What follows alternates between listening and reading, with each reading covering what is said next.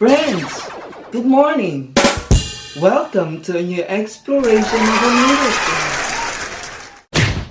This video lesson is designed for the comprehensive development of your reading, vocabulary development, viewing, listening, language fluency, and grammar awareness. At the end of this video, you should be able to define what is an oral language, differentiate the speech strategies and functions of oral language in giving information, instructions, making explanations, and narrating events. Before we start, let's see first how much do you know about the topic. Choose the letter of the best answer. Number 1. It is the system through which we use spoken words to express knowledge, ideas, and feelings. A. Phonology. B. Oral language. C. Written language. Or letter D. Non-verbal. Correct! It's letter B. Oral language. Number 2. It refers to how speakers address the problems in speaking. A. Turn-taking. B. Restriction. C. Repair. Or letter D. Nomination. Correct! It's letter C. Repair. Number 3. The process by which people decide who takes the conversational floor. A. Restriction. B. Nomination. C. Topic control. Or letter D. Turn-taking. Very good. It's letter D. Turn-taking.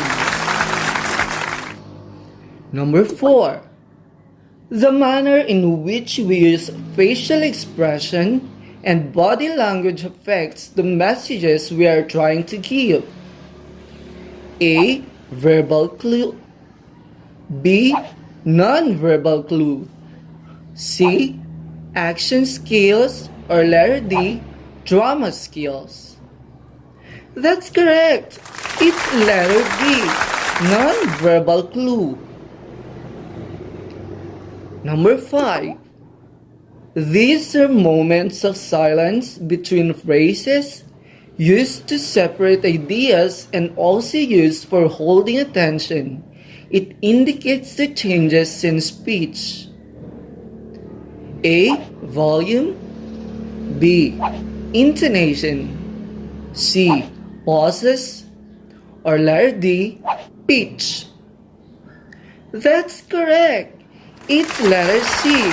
Pauses. If you got 5 points, you are great.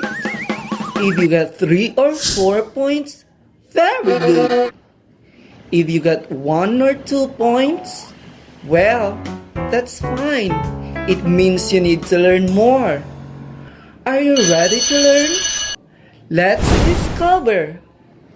Examine each word or words flashed on your screen. You whisper always if you always do it in spoken language. Sometimes if you only do it once or twice. And never if you have not used it in speaking.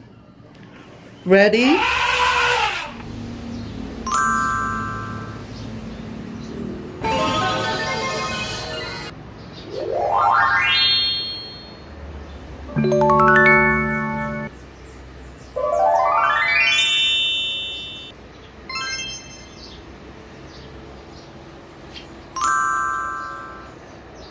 Uh-oh. Have you done those things always? Sometimes? Or maybe never? Those things are involved in the process of learning good oral language. Oral language is the system through which we use spoken words to express knowledge, ideas, and feelings. To Do you know that there are components of oral language? We have speech strategies, functions of oral language, and non-verbal behaviors. Let's start with the speech strategies. Nomination. It collaboratively and productively establishes a topic. Restriction. The limitation you may have as a speaker. Turn-taking. The process by which people decide who takes the conversational floor. Topic control. It covers how procedural formality or informality affects the development of topic in conversations. Topic shifting. It involves moving from one topic to another. Repair. It refers to how speakers address the problems in speaking, listening, and comprehending that they may encounter in a conversation. Termination. It refers to the conversation participants' close initiating expressions that end the topic in a conversation. Next is the functions of oral language. Instrumental. I want language as a means of getting and satisfying personal needs. Can I have the cup? Regulatory. Do as I tell you, controlling the behavior, feelings, or attitudes of others. I want to go home now. Interactional. Me and you, getting along with others, establishing relative status. Also me against you, establishing separateness. You want to play? Personal. Here I come. Language to tell about themselves. Awareness of self and pride. I can draw. Heuristic. Tell me why. Learning new things and testing knowledge. How does this work? Imaginative. Let's pretend. Creating new worlds, making up stories and poems. You may be the princess. Informative. I've got something to tell you. Communicating information, descriptions, expressing propositions. I'll tell you about the caterpillar. And the last component, the non-verbal behaviors. Communicating is more than just words. The manner in which we use voice, facial expression, and body language affects the messages we are trying to give.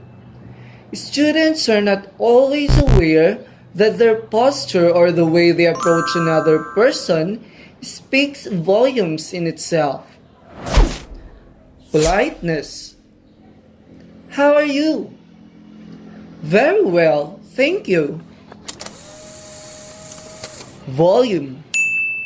Volume depends on the needs of the situation, purpose, and audience. There are times when loud voices are required, such as in a play or during assembly. There are also times when quiet voices are necessary, such as working in the library. Intonation. Intonation indicates the changes in speech. A downward intonation indicates that a message is complete, while an upward intonation indicates a question. Pitch. Pitch is useful to use when expressing emotion. Our pitch rises when we are excited and lowers when we are sad.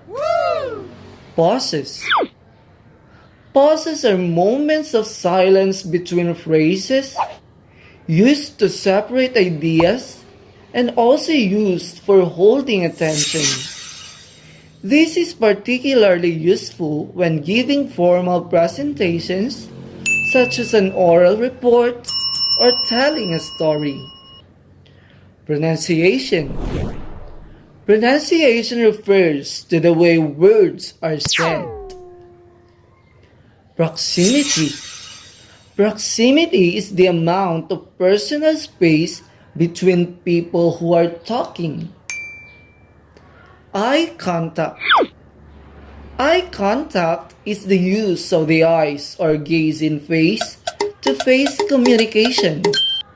The level of eye contact often depends on the relationship between the communicators and affects both the speaker and the listener. Facial expressions. Hand gestures. Hooray!